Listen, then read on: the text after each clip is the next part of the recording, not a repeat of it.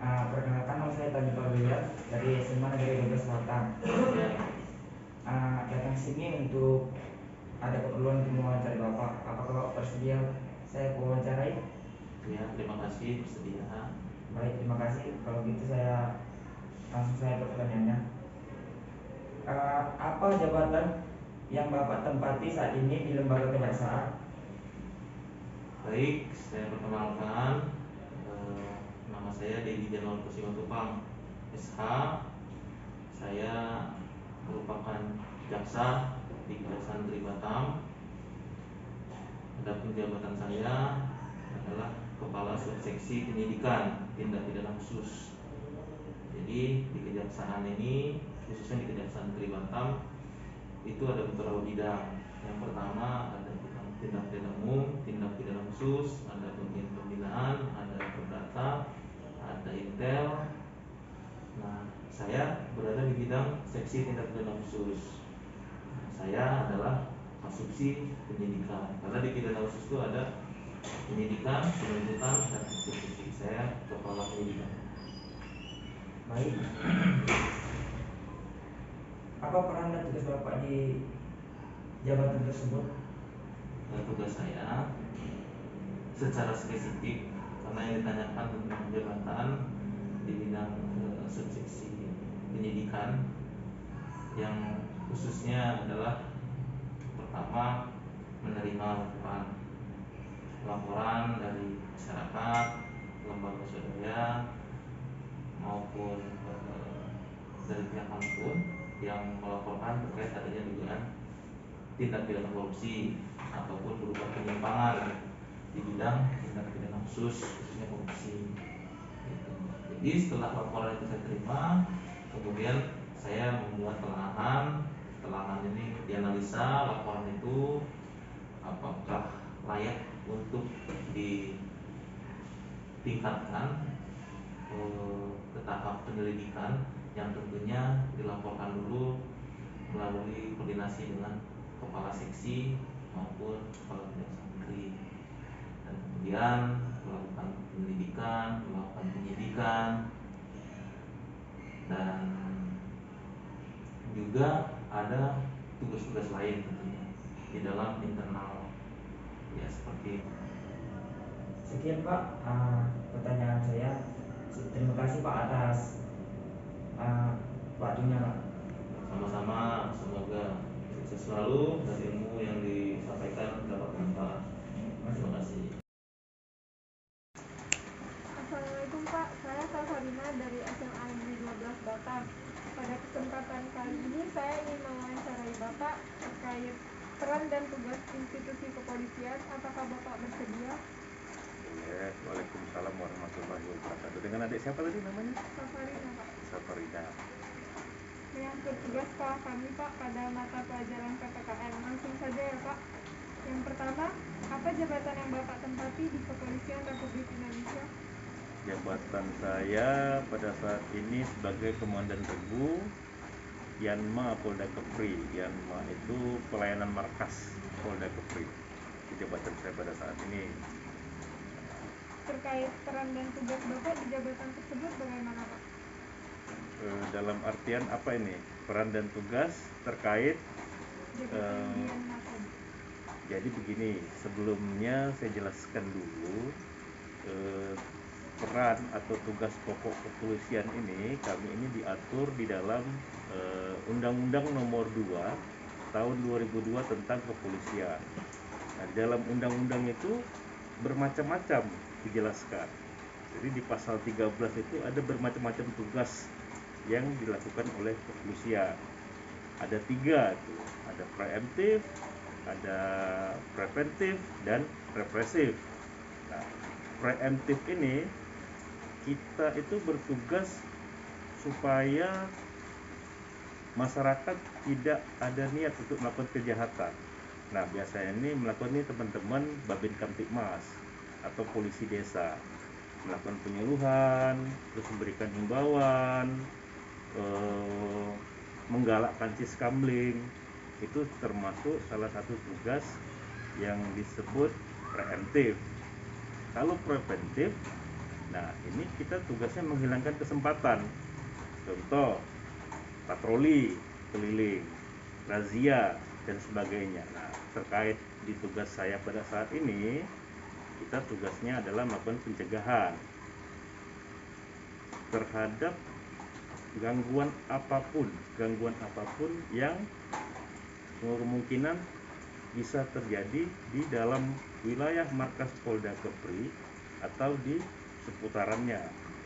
Apa yang kami lakukan? Patroli, mengontrol, melakukan pengawalan.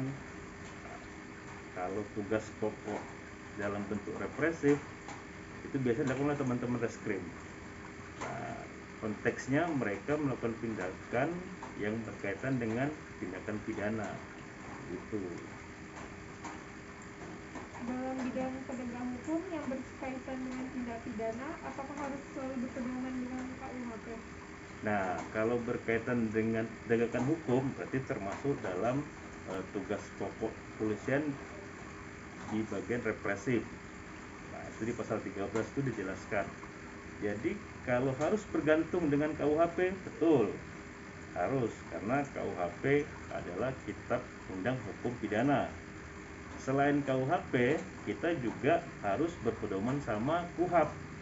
Nah, KUHAP inilah yang mengatur tentang tata cara bagaimana pelaksanaan terhadap KUHP tersebut. Karena kepolisian dituntut dalam menegakkan hukum itu mereka harus profesional. Nah, sehingga terciptalah keadilan yang diinginkan oleh masyarakat. Baik Pak, itu saja pertanyaan yang saya ajukan. Terima kasih atas waktu dan kesempatannya Pak, telah bersedia menjadi narasumber kami. Baik, terima kasih. Assalamualaikum Pak. Waalaikumsalam warahmatullahi wabarakatuh. Raja Mahapusat. Raja ya. Ini saya dari kami dari pengadilan ya. Ya di sini satu lagi sama Yudi di hakim di sini. Oke, bagus duduk deh enaknya ya. Duduk aja ya. Pak, langsung ke pertanyaan ya Pak. Apa jabatan yang didapuri Bapak saat ini? Tugasnya ya memeriksa dan mengadili perkara ini dari pidana atau perdata ya. Kalau pidana itu merupakan perkara pidana yang melanggar kejahatan melanggar ketentuan hukum pidana KUHP atau tindak pidana di luar KUHP, misalnya narkotika, undang-undang ITE, kita ada undang-undang tindak pidana, kemudian undang yang di luar yang diatur melalui di luar KUHP, narkotika, undang-undang keimigrasian, perikanan. Di perikanan itu ada pengadilan khusus. Kalau selain itu ada perkara perdata. Perkara perdata itu adalah sengketa yang timbul oleh sesama di antara personal atau orang ya. Di sengketa ahli, sengketa waris atau pembagian harta waris atau perceraian. Yang kita beragama Islam. Dalam Islam nanti gugatannya ke pengadilan agama. Kemudian ini tugas mungkin dalam melakukan penegakan keadilan. Penegakan sebagai tugas hakim itu untuk menegakkan keadilan berarti menegakkan aturan hukum. Jadi ketentuan hukum yang telah ditetapkan oleh undang-undang. Kalau setiap ada pelanggar supaya menjadi efek jerah buat pelaku jadi pidana yang setimpal. Kalau dinyatakan sudah bersalah, ya ada beberapa tindak pidana itu ada mengatur tentang denda. Jadi kalau setiap pelaku kejahatan selain dijatuhi pidana penjara juga diberikan hukuman denda. Jadi tugas hakim itu menegakkan hukum itu pertama ya untuk menegakkan aturan, kemudian mencegah terjadinya tindak pidana itu mengganggu ketertiban dan keamanan. Jadi kalau seorang pelaku sudah dijatuhi hukuman, itu menjadikan efek jerah bagi yang lain supaya tidak melakukan hal yang sama. Jadi menjaga ketertiban lah efeknya kemudian. Kemudian kalau tugas hakim dalam tugas hakim melakukan penegakan keadilan dan diberikan setiap intervensi baik dalam kalau intervensi mungkin saja ada terjadi, ya karena sekarang ini kondisi keterbukaan informasi. Jadi semua informasi yang berkait dengan perkara yang ditangani di pengadilan tentu ya. Terima kasih Pak, mungkin saya jawab ini. Terima kasih. Wassalamualaikum warahmatullahi wabarakatuh. Izin perkenalkan diri ya Pak. Ya, oke. Assalamualaikum Pak. Perkenalkan nama saya JV Firmansyah dari kelas 12 Waalaikumsalam. kelas 1 SMA Negeri 12 Batam Pak. Ya, Di sini Pak Ya. saya ingin mewawancarai Bapak, apa boleh tidak Pak? boleh. Makasih ya Pak. Ya. Gimana? Langsung ke pertanyaan aja ya Pak. Boleh. Apa jabatan yang ditempati Bapak saat Bapak masih menjabat di KPK Pak? Oke, jabatan saya terakhir adalah penyidik Madya KPK. Itu jabatannya tuh jabatan, boleh dijelaskan Pak kayak sistem-sistemnya kayak mana gitu Pak? Ngapain aja gitu? Ya, di KPK itu ada namanya penyidik muda, ya kan? Itu biasanya baru bergabung, ya kan? Nanti ada berbagai level lagi. Kemudian penyidik Madya, ada levelnya juga ada. Nanti penyidik utama. Nah, itu yang paling senior lah. Gitu. Jadi, ya, gitu. Gimana? Apa tugas dan wewenang Bapak di jabatan tersebut? Ya, sebagai penyidik tentu saya banyak kewenangan ya yang saya punya ya. Apa namanya? Itu ada diatur dalam KUHP, KUHAP ya. Kewenangan penyidik apa aja di KUHAP. Kemudian ada di Undang-Undang Tipikor juga ada kewenangan penyidik dan di dalam Undang-Undang KPK. Nah, kewenangannya itu mulai dari melakukan, kan direvisi ya, dia tuh direvisi, nah ya, kan direvisi mulai Undang-Undang 30 tahun 2019. Di pasal 12 ayat 2, ya, penyidik, ya kan, memerintahkan kepada instansi untuk melarang seseorang bepergian ke luar negeri, meminta keterangan kepada bank. Nah, itu semuanya itu kewenangan penyidik. Ya, pasal 12 Undang-Undang Nomor 19 tahun 2019. Ya, pasal 12 ayat 2 itu ada kewenangan penyidik. Jadi saya melakukan itu. Selain itu ada yang di Undang-Undang Tipikor juga ada. Ada kewenangan penyidik itu apa aja. Nah, kemudian ada juga di KUHAP. Sistemnya gini. Semua prosedur penyidik sebenarnya ada di KUHAP. Ya. Apa yang diatur di KUHAP gitu ya, tapi tidak diatur di Undang-Undang KPK dan Undang-Undang Tipikor, maka yang berlaku adalah KUHAP. Tetapi apa yang berlaku di KUHAP ada di Undang-Undang KPK atau Undang-Undang Tipikor, maka yang dilihat adalah Undang-Undang KPK dan Tipikor. Gitu. Kemudian yang ketiga, apa yang tidak ada di KUHAP tapi ada di Undang-Undang Tipikor dan Undang-Undang KPK, maka itu yang berlaku.